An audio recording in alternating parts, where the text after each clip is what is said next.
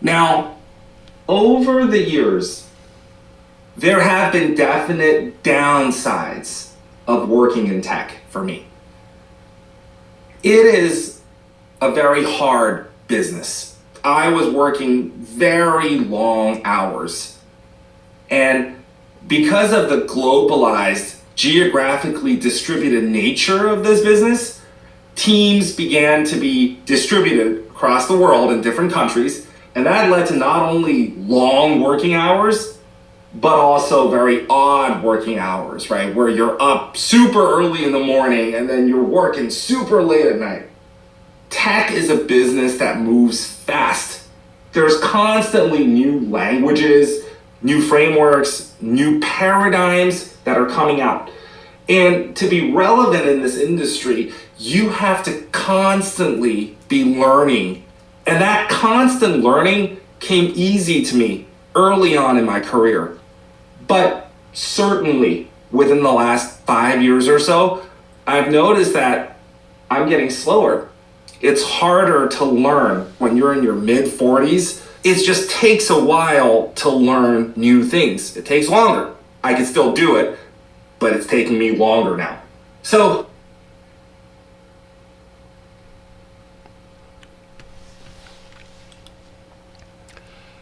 And there you have it, folks. All of us that got in technology lived the life he describes in his whole video. We did it because we were good. We did it because we enjoyed it. Technology, for many of us, was the best thing we ever worked on.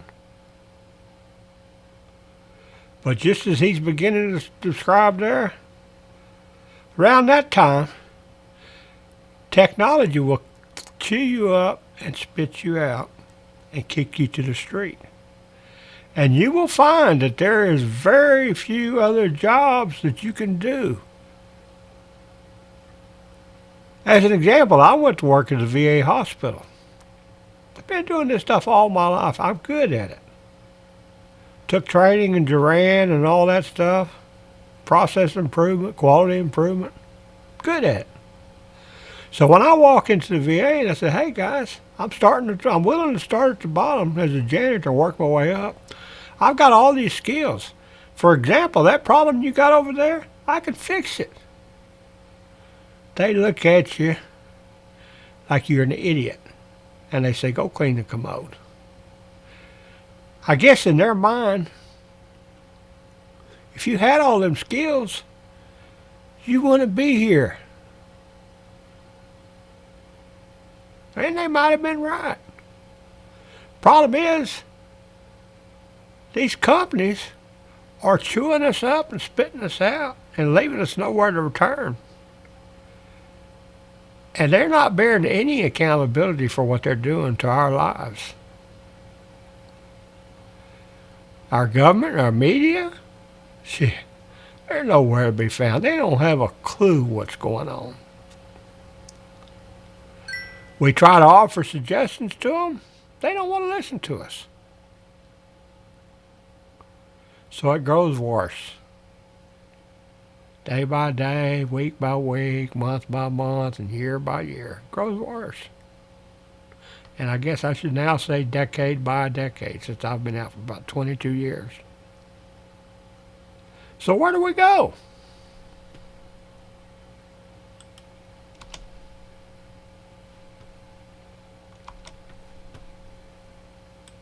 all of this time being spent on this work. And yet, over the years, I realized that what I was building didn't really make much sense. It felt like we were solving the same problem over and over again, and the solution that I was helping to create, it never really benefited anything. These solutions that I was building, it didn't solve the big problems of the world. It didn't make the world a better place to live in. So it's sort of like you spend all of this time and you spend all of this effort, all this heart to build things, and it doesn't make a difference. That is a real downside of this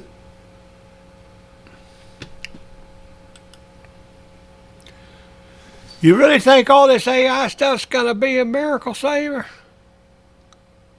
Don't get me wrong. I use Claude every day when I got to do some programming or got to work on some finding data and stuff that I don't know where it exists.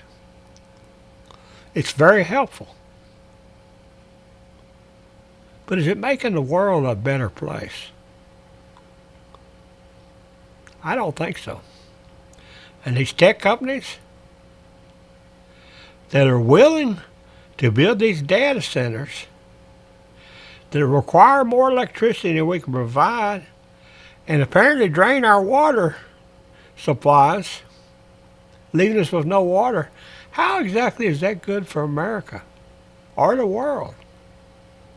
And then you got Elon out there wanting to put data centers in space now.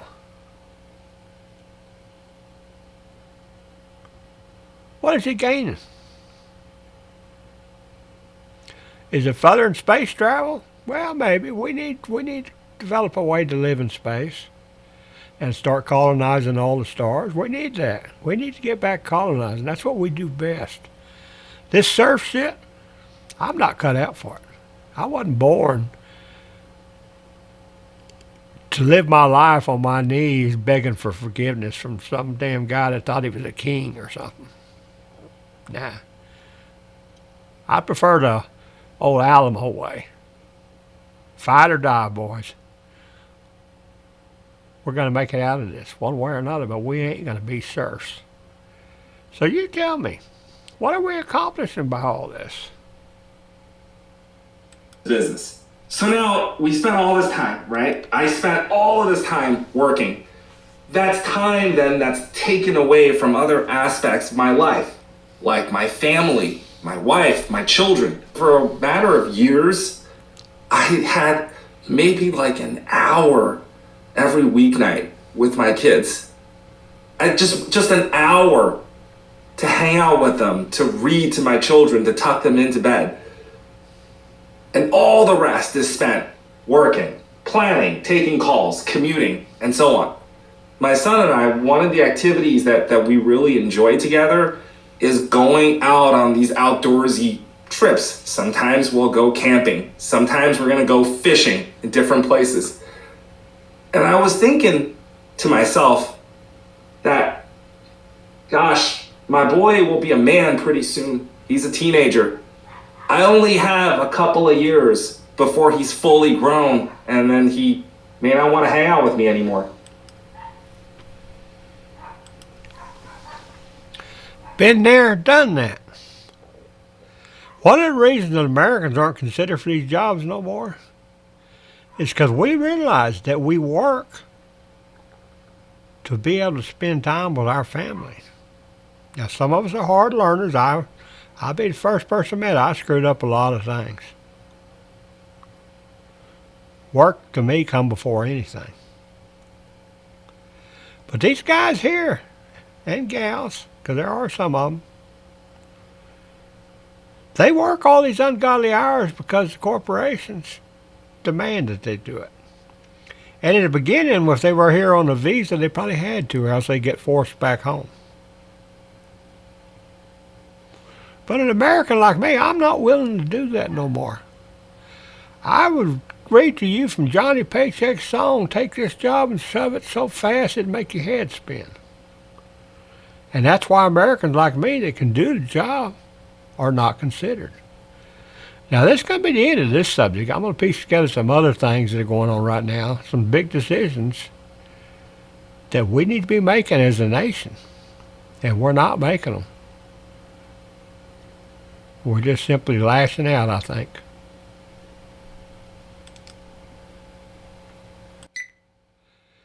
You know, this Andrew Branca, I think is how you say his name.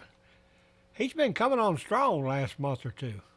He might have been here before, but I've only just noticed him the last month or two. He gives some very good points for ending all the non-guest worker visas. I'll give him credit for that. He does a hell of a job. But today, he touched on a subject that doesn't seem to be working. Most Americans want to send everybody back from every country. Doesn't matter where. They want this just to be American only. That's just not reality. So Andrew Branca, he brings attention to the chair of the Republican Party of Texas. I think the guy's name's Abraham George, if I remember right. And that's fine. We need to have this question. We need to have this debate. So I'm going to bring another name. Harmeet Dillon, the Assistant Attorney General of America. You can send her back? How about Vice President Vance's wife? I can't remember her name. You can send her back? Folks, these people are going to fight you over that. And I don't blame them. For me, the only ones I'm willing to send back is the illegal, that are here illegally, and those who come over here. The majority of them are from India. I'll be the first person to admit it. Who discriminate against Americans in America. Let's take Texas, for instance. They go down there and win the contract at the comptroller's office or the Governor Abbott's office or working for assistant attorney, the Attorney General, Texas Workforce Commission. And they'll tell them, we can't find no Americans to work on these projects. So we bring our Indian folks in. They're here on visas like H-1B. Now you'll see the young Republicans of Texas mentioned in this picture. They have spoken out against H-1Bs. So is this Abraham George, the Republican Party of Texas. But yet it's still happening. You ain't heard nobody endorse old Virgil Jobs guy who has a plan to end all this stuff. Nah. You just hear endorsements of corrupt Paxton, incompetent Cornyn, who actually brought most of these workers here. And then you see Wesley Hunt doing his best to avoid the subject altogether. I've made my position clear. I'm about jobs for Americans and Texans in America. That needs to come before anything else. But let's get back to this. So are we going to evict all these people? Andrew Branca, you going to cast the first stone?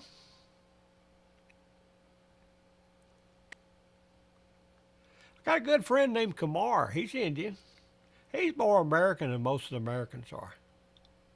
Am I going to recommend he be sent back to India? Nah, ain't happening. Now that guy that discriminated against me, you're damn right. You can pack him on the slowest boat to China. Send him via way of North Korea for all I care. But these people that are moving over here, they have become Americans, they have assimilated to become Americans. They go to our parties, work alongside us, do all the same things we do. Nah, I'm not going to vote for that. I don't think half of America will vote for that. There's a lot of people that want us to end it, period. So we're going to have a big battle over this in the coming years, I'm sure. I just want to let you know where I stand since I'm running to represent you in the great state of Texas.